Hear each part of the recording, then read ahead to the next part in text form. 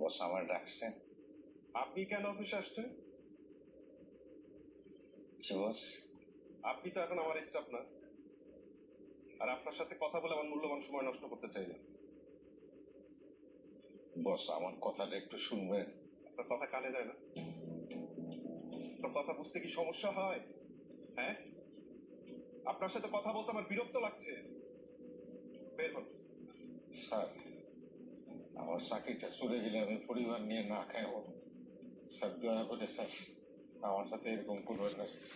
আপনি না খেতে থাকলে আমি কি করবো? প্লিজ বের হন।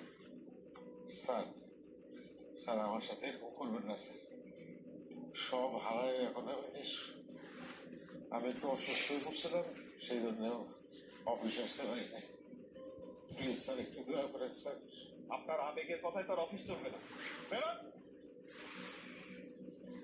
শোনেন, আপনার যদি কোনো দেনা পাওনা থাকে অ্যাকাউন্টস থেকে নিয়ে বিদায় হন। এই জামাল, রফিক সাহেবের কোনো দেনা পাওনা থাকলে তাকে দিয়ে বিদায় করো। বের হন। বস আমরা দুটো পাই। আরে রফিক সাহেব, কি করছেন আপনি? আপনাকে বললাম না, বের হন।